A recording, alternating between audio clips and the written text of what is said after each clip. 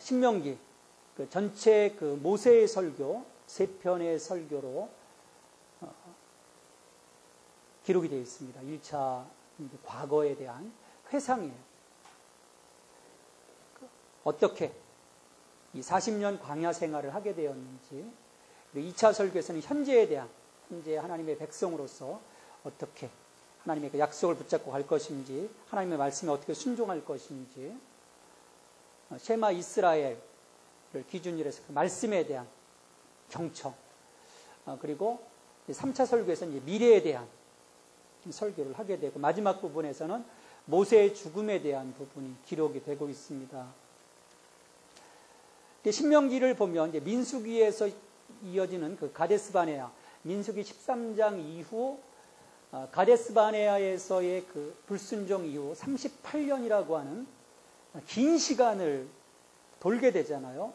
근데 이 신명기에서는 그 1장에서 가데스 바네아의 사건에 대한 부분을 설명을 하고 2장으로 넘어가서는 그 38년이라는 기간을 단 두 줄로 그냥 요약을 해버립니다. 그게 중요한 게 아니에요. 그게 중요한 게 아니고 이제 가나안 땅에 들어가서 어떻게 거기에서 하나님의 그 명령에 집중할 겁니다. 왜냐하면 한번 실패했잖아요. 말씀에 집중하지 못했잖아요. 가데스 바네아에서 너희들 내가 두려워하지 말고 주저하지 말고 저 땅을 가서 차지하라고 했을 때 그 12정탐꾼의 그 보고, 그래서 10명의 그 보고에 의해서 그들이 두려워함으로 못 올라가게 됐잖아요. 불순종했던, 하나님 말씀에 집중하지 못했던 그들의 대가대로 40년이라는 광야의 생활을 보내게 되고, 결국 그 38년 동안 그들의 그 하나님의 그 심판, 징계로서의 그 심판을 달게 다 받은 다음에서야 방향을 돌려서 다시금 북쪽으로 올라가도록 하는 것이 오늘 그 본문의 말씀입니다.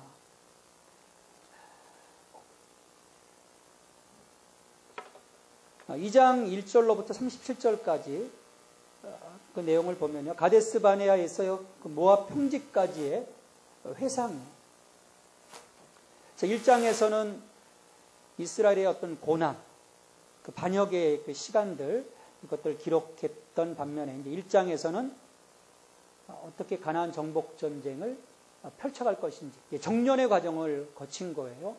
38년 동안 불순종했던 그 이스라엘의 그 불순종했던 군인들을 하나님이 친히 다 광야에서 다 치십니다. 그래서 다 도태시키시고 하나님의 그 새로운 약속의 땅을 부여잡을 새로운 이스라엘을 하나님이 세우시죠. 그래서 민수기 때 보면 1차 계수 때 60만 명과 2차, 마지막 40년대 2차 계수의 사람들이 다 다릅니다. 거기에 포함되는 사람은 여호수아와 갈렙밖에 없는, 40년 동안 세대가 교체됩니다.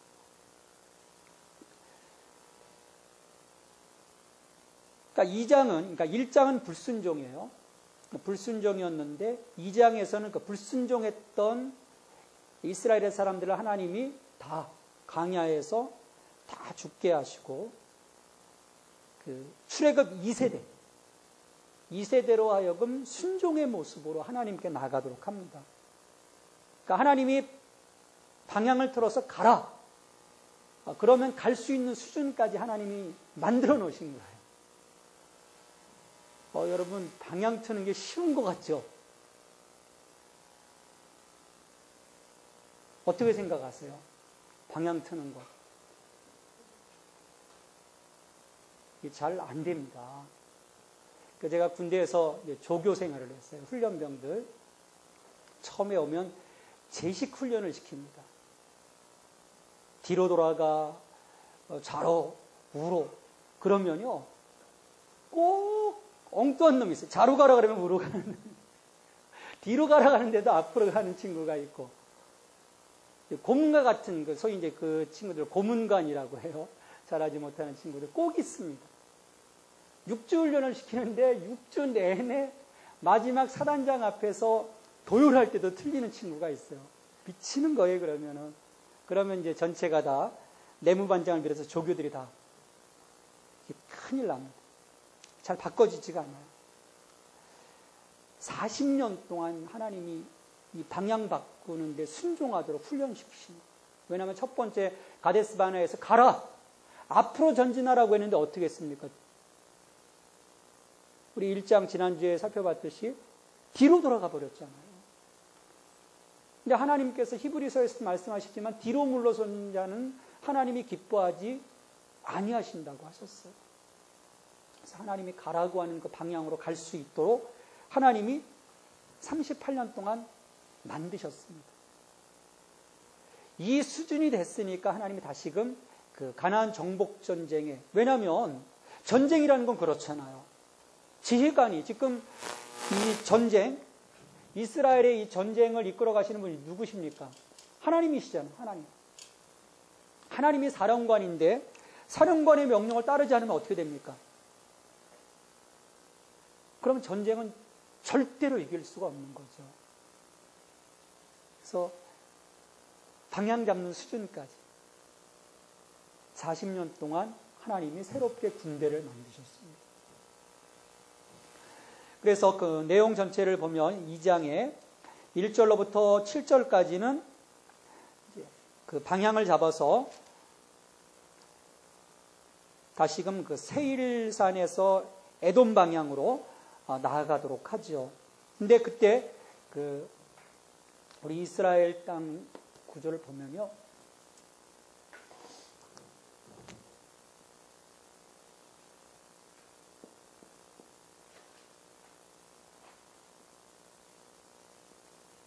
홍해가 있고 여기 갈릴리 호수고요. 쭉 내려오면 사해가 있습니다. 이 정도쯤에 이제 시내산이 있고 시나이 반도 시내산이 있어요.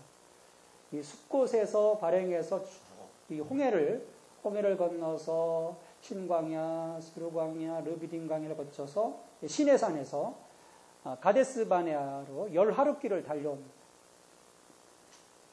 열하룻길을 달려와서 여기서 정탐꾼을 보내요. 가나안. 이쪽이 가나안 동편, 아니 요단강 동편. 요 선이 요단강입니다. 근데 요단강이 우리 한강 수준으로 보시면 안 돼요. 개천, 우리나라 개천 수준으로 보시면 돼요. 크게 큰 강이 아니에요. 그래도 요단강이에요, 여기서는. 그래서 요단강 동편, 그다음에 요단강 서편. 이 서편, 이 땅이 하나님 허락하신 약속의 땅. 그리고 여기에 그 세일산이 이쪽에 있고 여기가 에돔. 에돔은 누구의 후손입니까? 에서. 동족이에요. 야곱의 형제잖아요. 이삭의 두 아들 가운데 에서에서 나온 에돔이. 이 땅을 지날 때 하나님이 에돔은 건들지 마라. 전쟁하지 마라. 왜? 너희 땅이 아니라 누구의 땅이냐? 에서. 하나님이 에서에게 주시는 거예요. 에서에게.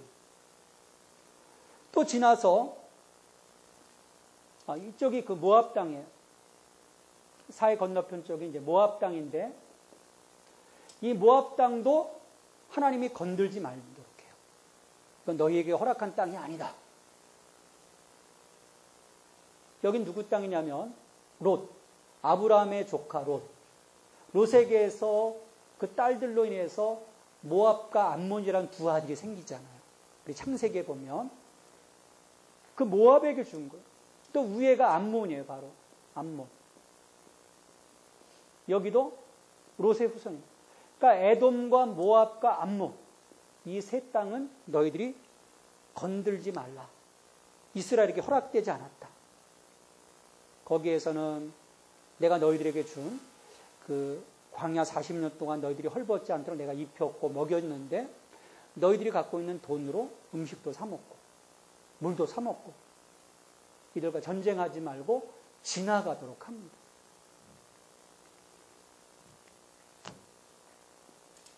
그래서 하나님의 명령에 따라서 이 에돔, 모압, 암몬 지경까지는 그냥 지나가요. 전쟁을 치르지 않습니다. 그리고 이 요단 서편에 있는 시온과 그 땅은 마지막에 정복하라고 말씀하세요. 거기에 따라서 이스라엘이 정복을 합니다. 뭔가 태도가 달라졌죠.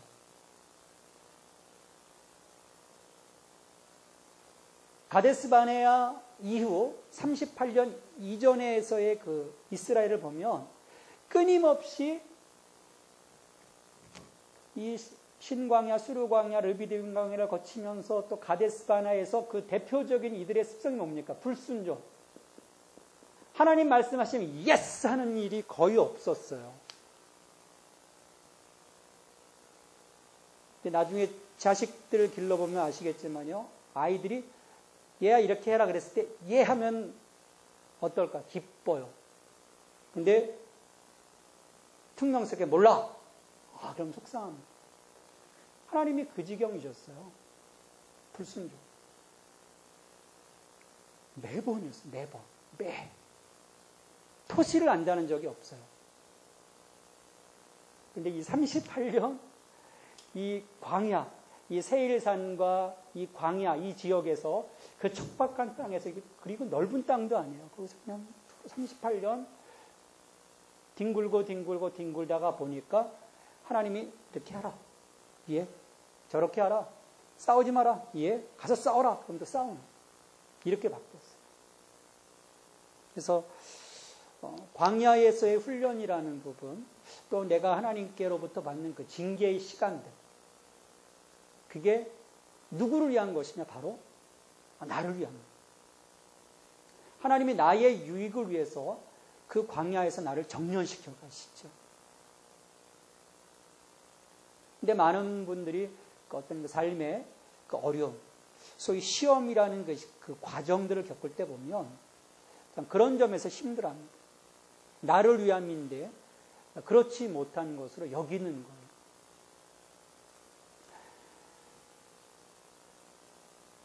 하나님은 철저하게 그 과정 속에서 함께 하셨다고 말씀을 합니다. 2장 7절에서 보면 내 하나님 여호와께서 내가 하는 모든 일에 내게 복을 주시고 내가 이 큰 광야에 두루 다님을 알고 내 하나님 여호와께서 이 40년 동안을 너와 함께 하셨으므로 내게 부족함이 없습니다. 하나님이 우리를 정련시키시는 그 과정 속에서도 하나님이 지켜주신다. 이게 하나님이 우리에게 주시는 약속입니다. 참 감사하죠. 가서 너희들 죽어라. 그 명령으로서만 그치는 것이 아니라 그 속에서 우리를 또 새롭게 가시는 그 하나님의 계획들을 우리가 볼 수 있어야 합니다. 자, 이렇게 해서 2장 전체에서 보면 이제 하나님의 말씀하심에 따라서 에서 그 에돔의 땅, 또 모압 땅, 암몬 땅을 지나면서 하나님의 그 약속의 땅을 향해서 북진을 하게 됩니다. 근데 북진할 때 주일날도 말씀드렸지만 하나님이 그 사람의 심리를 아시는 거예요. 이스라엘이 가데스 바네아에서 졌던 부분도 심리전이었었거든요. 그 아낙 자손들에 대한 두려움 때문에 그 거대한 공포가 몰려왔었고 결국 하나님 말씀에 불순종하는 그런 실기를 범했습니다. 왜냐하면 사탄은요, 우리의 마음을 먼저 공략을 합니다. 마음을 공략해요. 처음에는 그냥 괜찮아요. 근데 어느 순간에 쭈삣해지면 어떻습니까? 그 새벽에 나올 때도요, 특히 고양이 같은 경우 보면 어떻습니까? 고양이. 사람이 이상해져요. 솔깃하고 그러면 갑자기 그 마음에 그 무서움이 탁 엄습해 들어오잖아요. 그러면은 그 지나갈 때 뒤통수 쪽이요, 서늘해집니다. 두려움이라는 거거든요. 근데 하나님이 이번에는 이스라엘로 하여금 두렵게 만든 것이 아니고 25절 말씀에 보면 오늘부터 내가 천하 만민이 너를 무서워하며 너를 두려워하게 하리니 그들이 내 명성을 듣고 떨며 너로 말미암아 근심하리라 하셨습니다. 이스라엘의 대적들이, 그러니까 전쟁 치르지 않고 에돔하고 모압하고 암몬하고 지나가면 뒤통수 칠 수 있잖아요. 야, 너희들하고는 싸우지 않을까? 우리는 그냥 지나가라고 하셨어, 우리 하나님. 막 지나가는데 뒤통수 쳐버리면은, 그러면은 화를 당하게 되죠. 그러니까 그런 일을 하나님이 미연에 방지해 주십니다. 천하 만민이 너를 두려워하게 하리니 그들이 내 명성을 듣고 떨며. 우리 학교에서도 그렇잖아요. 그 학교에 그 쌈장 같은 거 이렇게 좀 무서운 애 지나가면 스스로 다 피하잖아요. 개들도 보면은 큰 개가 지나가면 작은 개들 도망가듯이 하나님이 우리 가는 길을 지켜주시는 거예요. 그래서 다 하나님이 정리해 주시는 거예요. 환경. 그러니까 내가 하는 것이 아니더라고요. 우리는 종종 하다 보면 내가 하는 것처럼 여기는데 하나님이 해주시는 거예요.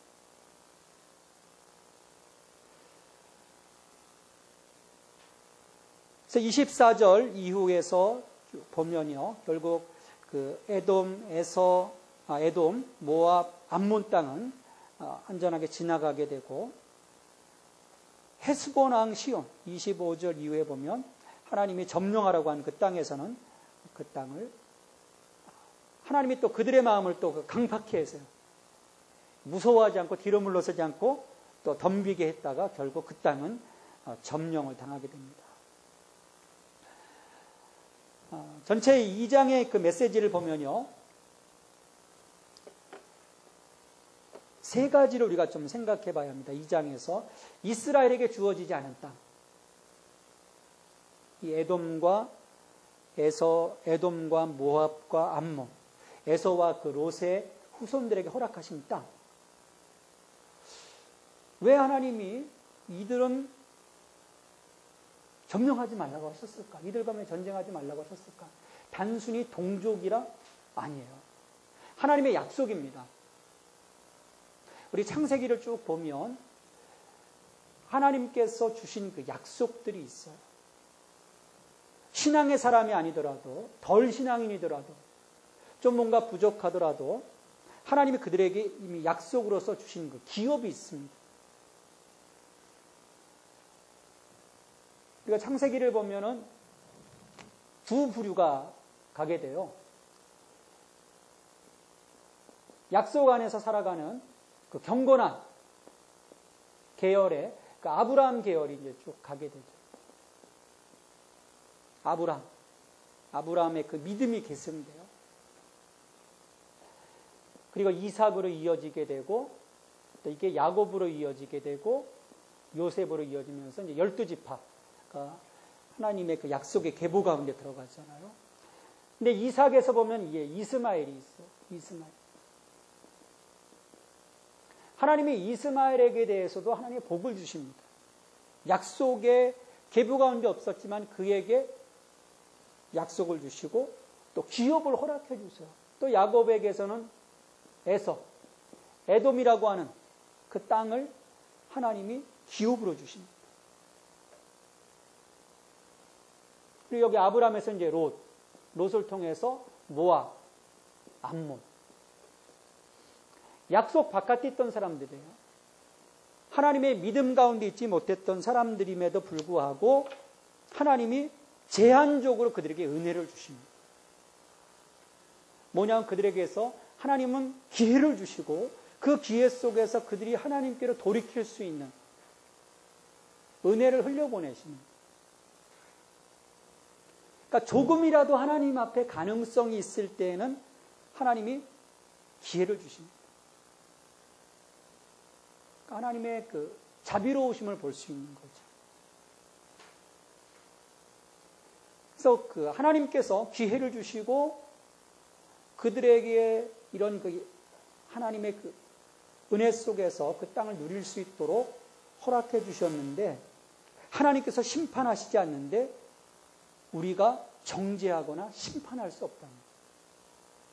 하나님은 그 점을 명확히 하시는 겁니다. 그러니까 우리가 사람을 판단할 그 어떤 주권, 거절할 주권, 그것이 없다는 것. 그래서 하나님께서 이 에돔과 모압과 암몬 제한적으로 은혜를 주십니다. 왜냐하면 제한적이에요. 결국은 그 솔로몬 왕 때 가서 히스기야 왕 때 가서 이 땅은 다 이스라엘에게 복속이 됩니다. 이스라엘 역사를 보면요, 이 가나안 정복 전쟁 때는 하나님께서 허락하지 않으셨지만 선민 이스라엘 백성의 소유에 다 들어갑니다. 다윗과 솔로몬과 히스기야 왕들을 거치면. 그러니까 기회가 영원한 게 아니에요. 우리 하나님이 우리에게 주신 은혜가 영원한 것 같잖아요. 물론 은혜가 선물입니다. 그러나 주어졌던 그 하나님의 기회가 내게서 거두어질 수 있다는 거예요. 내가 그 기회를 선용하지 못한, 주신 기회를 따라서 내가 하나님 가운데로 하나님 중심으로 살아가지 못한다면 하나님은 언제고 내게 주신 기회를 거둬갈 수 있다는 거예요. 하나님은 공의의 하나님이십니다. 참고 기다리시는 분이시지만 또 마지막에는 결국 우리를 심판하시는 분이시거든요. 이 이스라엘에게 주어지지 않은 땅, 제한적으로 은혜가 허락되었던 에돔, 모압, 암몬 이 땅을 바라보면서 우리의 삶이 어떤 삶을 살아가야 될지, 하나님이 우리에게 주신 기회들을 우리가 끝까지 붙잡고 하나님의 은혜 편에 살아가야 되는지, 아니면 에돔, 모압, 암몬처럼 또 우리의 그 은혜의 기회가 상실되는 것인지, 내가 어느 편에 서 있어야 되는지, 어느 자리에 서 있어야 되는지 우리가 좀 분명히 해야 됩니다. 하나님 공의의 하나님이시거든요. 그러니까 은혜의 하나님이심과 동시에 공의의 하나님이시라는 거예요. 그 점이 나중에 3장에서 모세에게도 극명하게 드러납니다. 모세가 자그마치 40년 광야 생활 또 40년에서 이스라엘 백성들 이끌어가는 과정을 통해서 그가 약속의 땅에 대한 얼마나 큰 갈망을 갖고 있었습니까? 위대한 영적 지도자였는데 하나님이 그로 하여금 못 들어가겠고 마지막 3장에서 하나님께 간절히 기도합니다. 하나님 나 들어가게 해주십시오. 이게 하나님의 막으세요. 하나님이 은혜로우신 하나님이시지만 공의의 하나님이시기 때문에 막으십니다. 그래서 우리가 이 신명기의 말씀 속에 나타나는 하나님의 그 모습을 보면서 두 개의 모습이에요. 은혜의 하나님, 그러나 공의로우신 하나님. 그리고 두 번째 그 메시지는요, 이 전쟁에서 특별히 시온, 헤스본 왕 시온을 치는 그 과정에서 거룩한 전쟁의 원칙을 주십니다. 다 진멸하라는 거예요. 헤렘.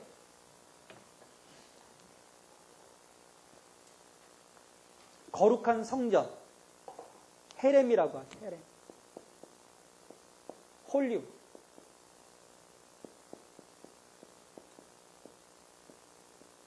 성전이라는 거예요. 성전.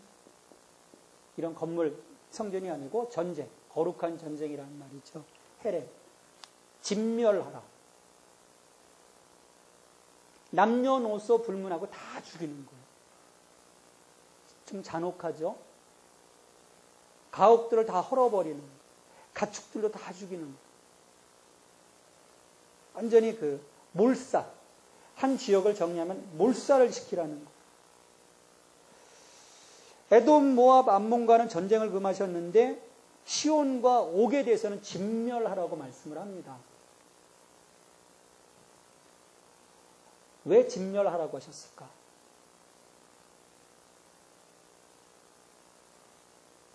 왜 진멸하라고 하셨을까? 하나님이 잔혹하신 분이라 진멸하라고 하셨을까요? 하나님은 우리 인간의 습성을 정확히 알고 계시는 분이세요. 악에 대해서 절대로 타협하지 말라는 것입니다. 그 당시 그 팔레스타인 땅에서는 각종 우상, 이방신을 섬기는 우상의 문화가 흘러넘치는 지역이에요. 그리고 이스라엘은 유일신 하나님, 오직 한 분 하나님, 나 외에 다른 신을 두지 마라. 거룩한 하나님의 그 백성으로서 그들을 택하셨고 그들로 하여금 그곳에 들어가게 하셨을 때 가장 그들에게 위협을 줄 수 있는 것이 그들의 우상문화. 아예 다 진멸하라. 그들의 그 모든 것을 다 진멸함으로써 악의 씨앗을 거기에 남겨두지 말도록 하는 것입니다. 악에 대해서는 단호하게, 아무리 작은 것일지라도 단호하게 그것을 거부하라는 거예요. 가지치기 않으면 다 죽는다는 것입니다. 그러니까 하나님이 어떤 그 잔혹함으로서의 하나님의 그 모습이 아니라 우리의 그 성전, 우리의 거룩함을 지키기 위한 일환으로서 하나님이 이런 방법을 택하십니다. 모든 그들의 죄악된 요소들을 제거하라는 거죠. 에이, 이 정도쯤이야. 여러분 어떻습니까? 이 정도쯤이야가 얼마 시간이 지나면 나를 잡아먹어요. 우리는요, 틈을 주면요, 사탄은 틈을 주면은 그 즉시 우리를 장악해버립니다. 그러니까 하나님은 거룩한 이 헤렘, 이 전쟁을 통해서 그들의 그 영적인 틈을 주지 않도록 하는 거죠. 그래서 우리의 삶에서도요, 이러한 그 헤렘의 원칙들이 좀 정해져야 됩니다.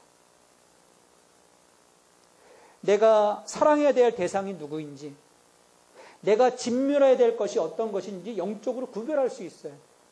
영적으로 내가 이걸 진멸시켜야 되는데 그걸 껴안고 있으면 어떻게 되겠습니까? 내가 사랑해야 될 사람들, 내가 섬겨야 될 사람들은 오히려 죽여버리고 그렇지 못한 것은 내가 섬기고 있다면 큰 문제가 일어나겠죠. 그래서 우리가 그런 그 영적으로 내게 있어서의 그 진멸의 대상이 누구인지 의식하고 깨어 있어야 합니다. 내가 멀리 해야 될 사람이 어떤 것인지, 가까이 해야 될 것이 어떤 것인지. 그래서 날마다 내 삶 속에서 헤렘이 이루어져야 돼요. 그럼으로써 내가 하나님의 거룩한 백성이 될 수 있습니다. 아이, 좋은 게 좋은 거지 뭐. 경계선 신자. 애매모호한 거예요. 애매모호합니다. 그러나 애매모호하면 결국 내 삶이 모호해질 수밖에 없어요. 분명하지 못합니다. 그래서 이제 종교다원주의자가 되는 거죠. 내 안에 하나님이 안 계세요. 내 안에 예수 그리스도가 없습니다. 그냥 모든 종교 다 똑같은 거지. 종교다원주의에 빠져버려요.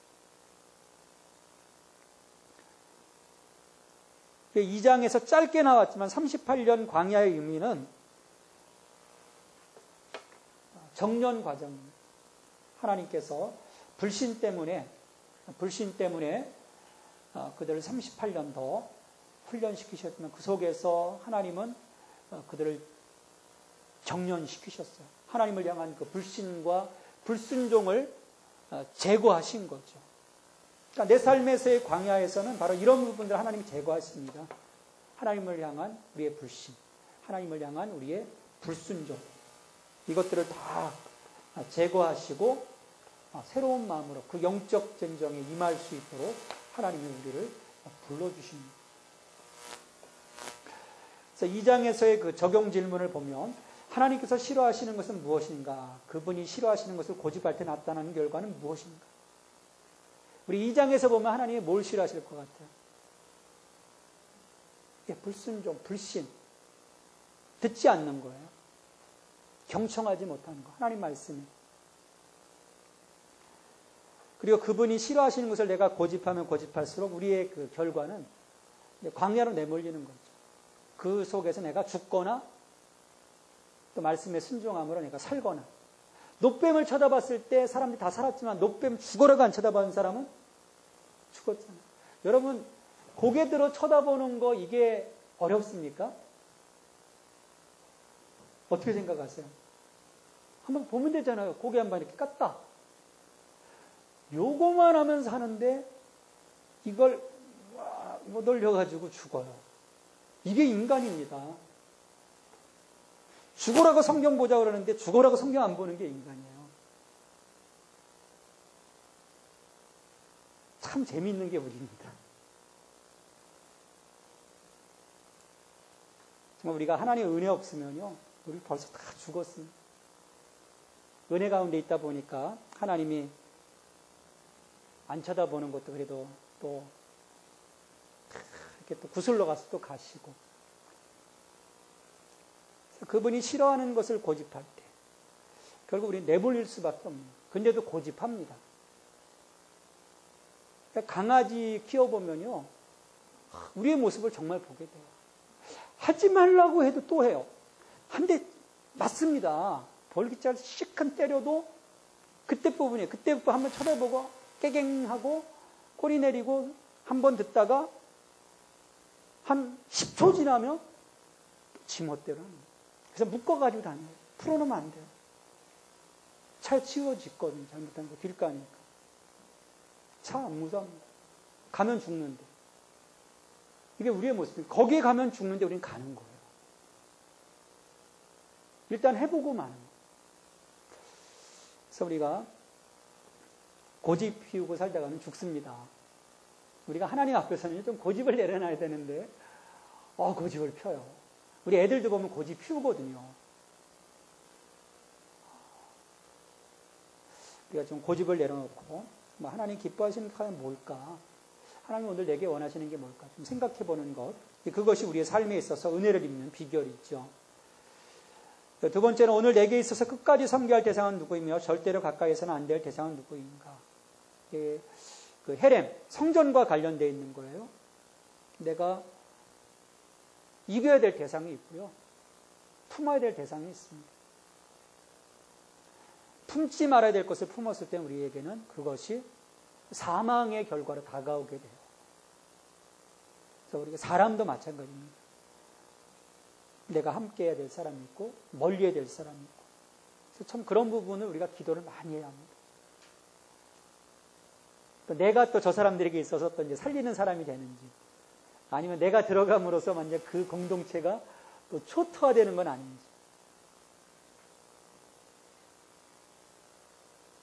이 지락펴락하는 거 그거 좋아하시는 분들이 있어요. 그런 분들은 이제 초토화시키는 거예요. 가서 생명들을. 그래서 이 장에서 이처럼 그 광야에서 38년 동안의 정령을 통해서 하나님의 말씀에 순종할 수 있는 군대로 만들어서 에돔, 그 사해 그 남부로부터 시작해서 쭉 약속의 땅으로 가는 요단 동편까지의 그 진행을 이끌어가는 것이 2장에서의 내용이고요. 3장에서는 드디어 요단 동편을 정복하고 그 땅을 차지하는 이야기가 3장에서 이어집니다. 물론 그 하나님의 그 약속의 땅이 요단 동편은 아니에요.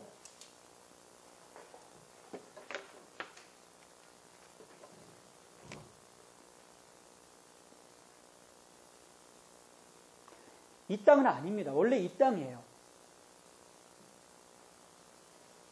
그럼에도 불구하고 또 하나님이 그 인간들이 원하셨을 때 또 이 땅까지도 허락해 주시는 것을 우리 3장에서 볼 수 있습니다.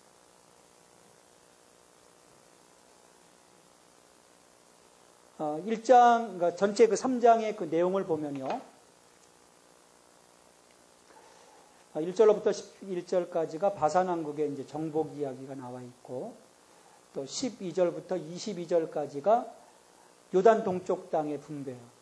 그러니까 12지파 가운데 르우벤 지파, 므낫세 지파, 갓 지파, 므낫세 지파는 이제 반 지파만이 기업으로 받게 되고요. 23절로부터 29절까지는 가나안 입성을 소원한 모세의 기도가 나옵니다. 12절에 보면 그때 우리가 이 땅을 얻음에 아르논 골짜기 곁에 아로엘에서부터 길르앗 산지 절반과 그 성읍들을 내가 르벤 자손과 갓 자손에게 주었고, 길르앗의 남은 땅과 옥의 나라였던 아르곱 온 지방 곧 온 바산으로는 내가 므낫세 반지파에게 주었노라.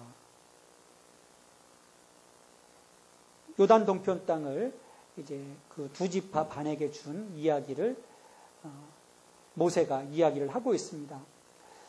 자, 근데 문제는 여기서부터 12지파가 올라와서 하나님 약속의 땅으로 지금 가는 과정이잖아요. 이스라엘은 12지파예요. 12지파 공동체입니다. 여기서 우리가 공동체의 중요한 부분을 배울 수 있어요. 같이 40년이라고 하는 엄청난 시간들을 고생하면서 에돔 땅, 모압 땅, 암몬 땅, 그리고 바산 그 시온, 옥 여기를 점령하면서 이 땅을 차지했어요. 그것도 2개 지파 반이. 그러면 9개하고 므낫세 반지파, 이 지파가 이제 이 요단강을 건너서 요단 서편에 가서 땅을 차지해야 되잖아요. 여기서 이제 문제가 생깁니다. 이미 땅을 차지한 이 지파 어떻게 해야 됩니까? 땅을 차지한 이 지파가 어떻게 해야 돼요? 도와줘야 되나요? 도와주나요? 사람 심리가 난 다 됐는데, 난 끝났는데, 내 땅 차지했는데,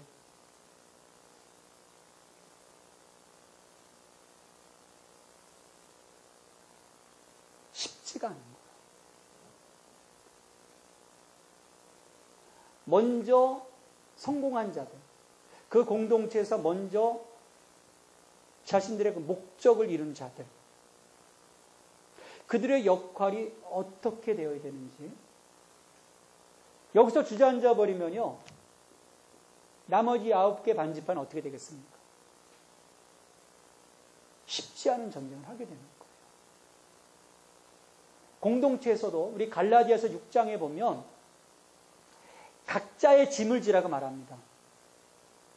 또 그와 동시에 서로의 짐을 져주라.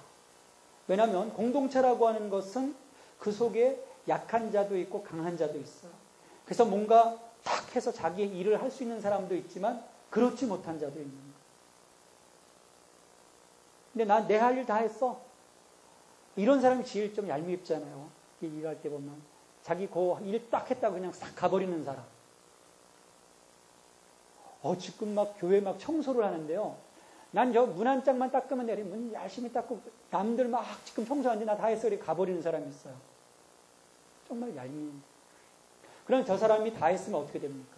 옆에 지금 힘들어가고 있는 사람을 도와줘야 되는 게 공동체입니다. 모세는 그 공동체를 살리는 법을 알았습니다.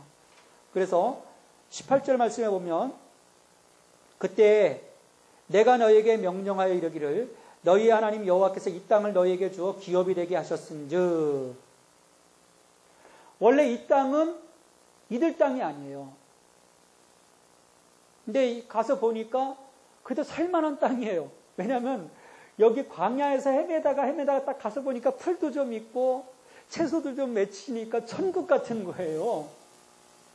그러니까 하나님, 우리는 여기까지 그냥 도저히 못 가겠습니다. 지금 우리 새끼들이 힘들고 우리 아내 지금 배도 부르고 그냥 우리 하나님, 우리는 여기까지 안 가고 그냥 이 땅을 좀 주십시오.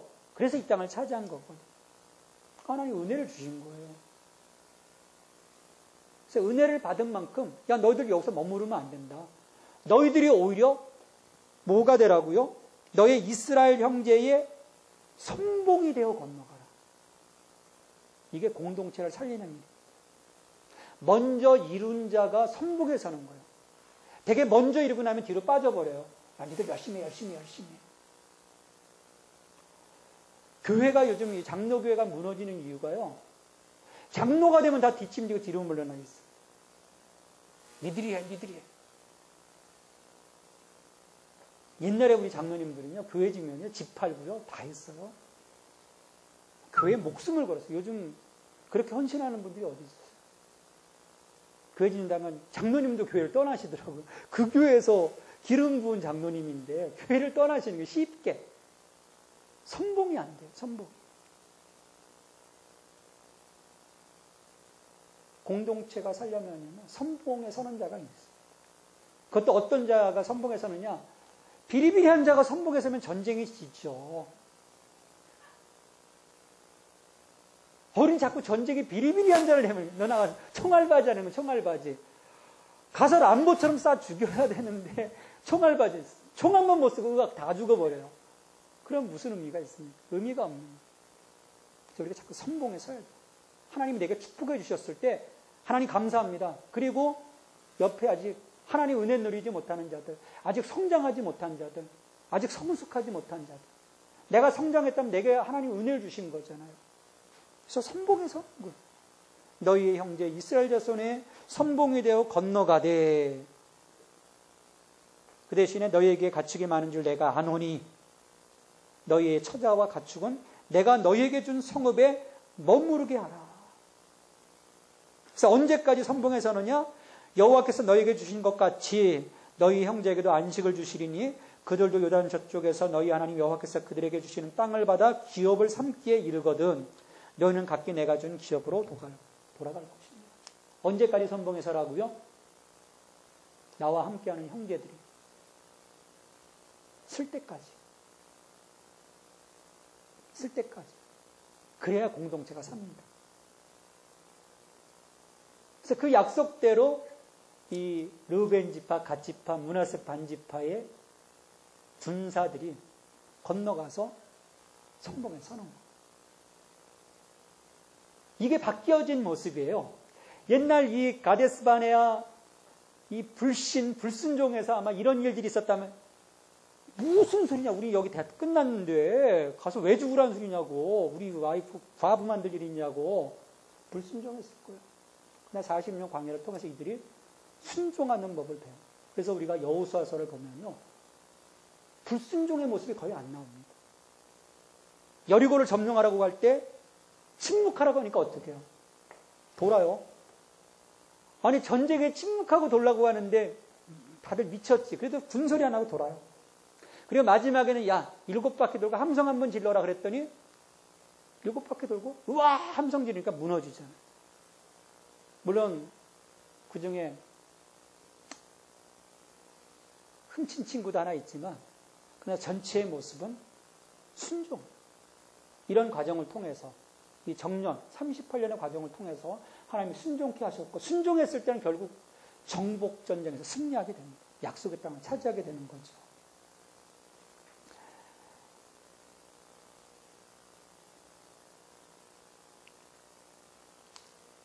이렇게 그 요단 동쪽 땅의 그 분배를 통해서 하나님께서 이 르벤 지파, 므낫세 반 지파, 갓 지파로 하여금 선봉에 서도록 만드십니다. 이제 그러면서 요단 동편 땅이 정복되고 요단 동편 땅이 분배가 되어지고 서쪽을 향한 진격이 이루어지게 되죠. 근데 이제 진격하는 과정에서 우리가 보면 분배까지 넘어가고요.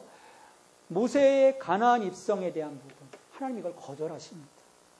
23절 말씀 보면 그때 내가 여호와께 간구하기를 주 여호와여 주께서 주의 크심과 주의 권능을 주의 종에게 나타내시기를 시작하셨사오니 천지간에 어떤 신이 능히 주께서 행하신 일 곧 주의 큰 능력으로 행하신 일 같이 행할 수 있으리까 구하옵나니 나를 건너가게 하사.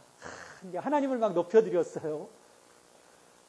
하나님 마음을 만져드리고 구하옵나니 나를 건너가게 하사 요단 저쪽에 있는 아름다운 땅 아름다운 산과 레바논을 보게 하옵소서. 근데 하나님 듣지 않으십니다. 하나님은요 공의 하나님이십니다. 하나님이 약속하신 그대로 민수기에서 보면 그 20장 2절로 13절에서 보면 무리바 반석에서 실수를 하잖아요. 무리바 반석을 물로 탁 쳐서 물이 나왔고 그것을 하나님께 영광 돌려야 하는데 그 옛날 40대 때의 혈기가 나온 거예요. 자, 내가 이렇게 못하겠냐. 이 영광 하나님께 돌리지 못했어요. 한순간 실수를 했죠. 그것 때문에 못 들어갔지만 결국 그 자기의 실수와 더불어서 결국 전체 이스라엘 백성의 지도자로서의 영적 책임인 거예요. 아니 다 죽는데 지도자인 모세만 들어가면 하나님의 공의는 바로 서지 못합니다. 그러니까 우리가 지도자의 또 영적 책임이 여기에 있습니다. 하나님도 모세를 들여보내주고 싶으시죠. 근데 60만 명이 다 죽었는데 여호수아와 갈렙은 하나님이 샘플로 보내주시는 거예요. 가데스바네아에서의 그 순종 때문에. 특별 케이스인 거죠.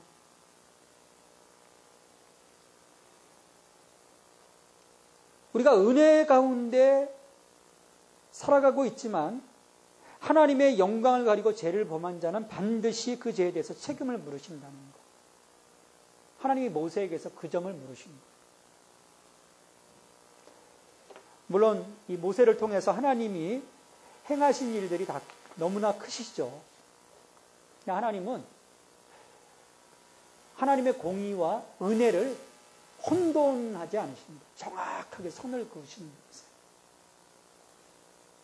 그래서 우리가 하나님 앞에서 어떤 삶을 살아가야 되는지 이 모세의 모습 속에서 깨달을 수 있어야 돼요.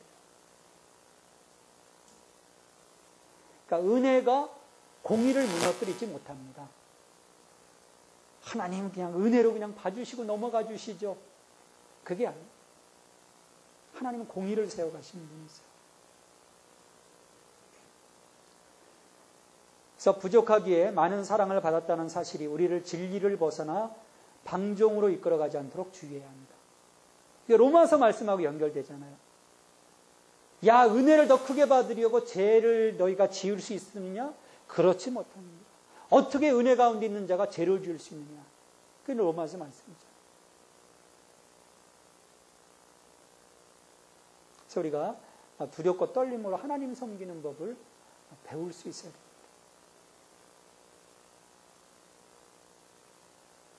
열심을 다해서 하나님의 법을 지켜가는 것 중요합니다. 한 번쯤은 용서해 주시겠지. 그 마음을 우리가 버려야 된다는 거예요. 끊임없이 언제나 하나님 앞에 올바로 서고자 노력하는 내 모습. 물론 가다가 실수할까요? 안 할까요? 해요. 저도 합니다. 여러분도 하고.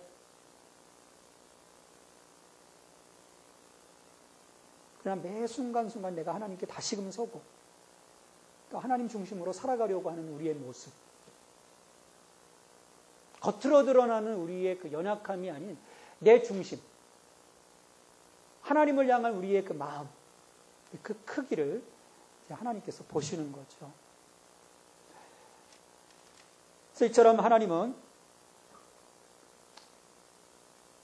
이스라엘의 그 약속되지 않은 땅에서조차도 또 하나님께서 은혜를 주시고 또 그들에게 그래서 나중에 보면은 또 하나님께서 이 도피성까지도 요단 동편에서 마련해 주실 수 있도록 그렇게 법규를 또 마련해 주시는 것을 볼 수 있습니다.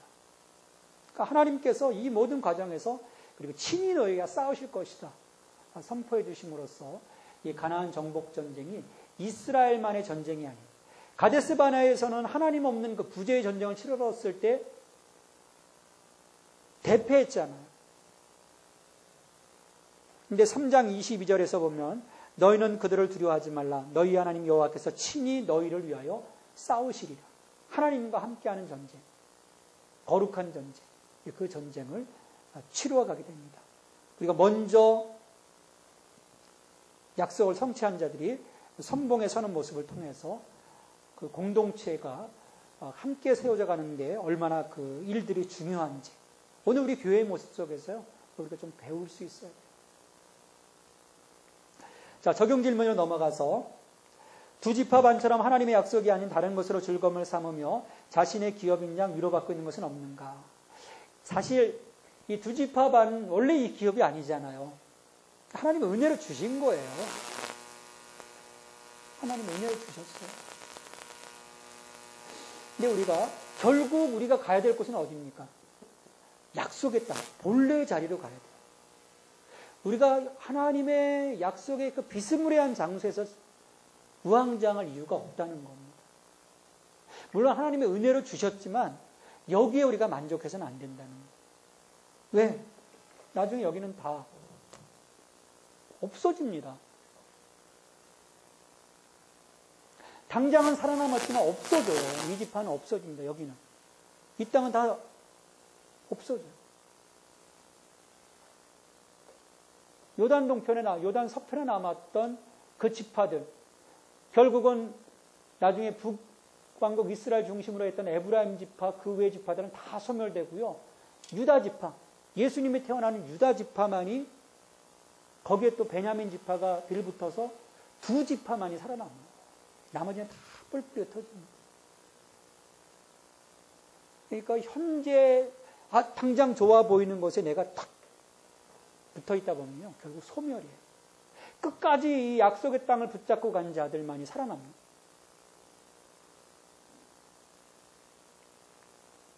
그래서 이 하나님의 그 약속이 아닌 다른 것으로 즐거움을 삼으며 그것이 자신의 기업인 양 위로받고 있는 것은 없는가 생각해 보셔야 돼요. 엉뚱한 거 붙잡고 있는 거 아닌지, 다른 거 붙잡아야 됩니다.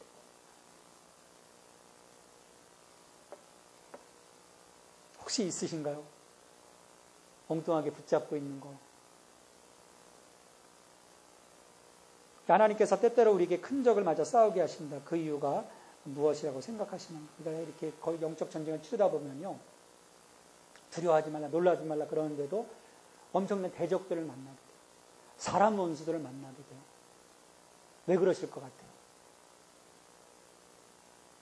정말 센 놈을 만나게 돼요.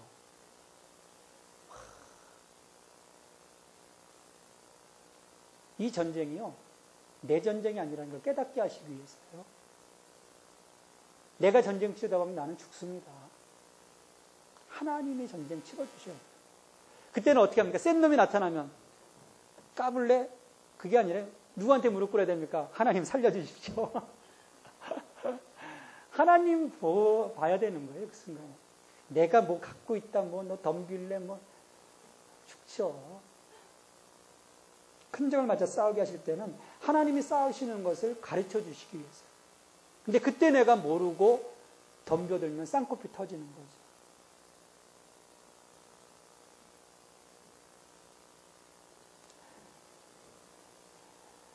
거죠. 신명기 2장 3장에서 이렇게 하나님이 새로운 기회를 이스라엘 백성들에게 주셨습니다.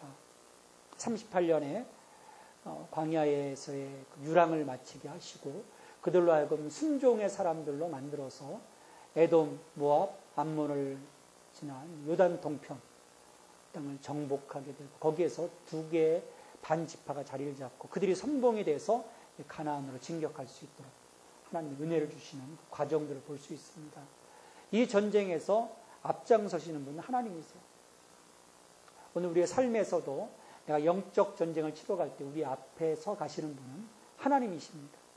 그래서 우리의 대장 되시는 우리 주님을 우리가 의지하고 그분의 그 명령에 철저하게 순종할 때 우리는 언제나 영적 싸움에서 이길 것이고 결국 하나님이 우리에게 주신 그 약속들을 하나하나 성취하면서 그 성취의 기쁨 속에서 살아갈 수 있게 될 겁니다. 그 은혜가 저와 여러분에게 넘치기를 바랍니다. 우리 함께 오늘 말씀을 좀 생각하면서 함께 기도하겠습니다. 주님, 내가 큰 적을 만날 때마다 내 힘으로 싸우는 것이 아니라 이 전쟁에서 앞장서서 싸우시겠다고 하는 주님을 의지해서 내가 영적 전쟁을 치룰 수 있도록 도와주십시오. 또 내가 붙잡아야 될 영원한 그 기업이 무엇인지 그 세상의 것들, 얄팍한 것들을 붙잡고 거기에 그것들로 인해서 내가 위로받고 또 그것 때문에 정말 그 정작 붙잡아야 될 그 하나님의 약속들을 놓치는 그런 어리석은 자가 되지 않도록 도와주시옵소서. 또 내가 언제나 영적으로 선봉에 설 수 있도록 도와주십시오. 뒤로 물러서지 않고 선봉에 서서 주님의 이 몸된 교회를 위해서 일할 수 있도록 도와주시옵소서. 우리 함께 기도하겠습니다.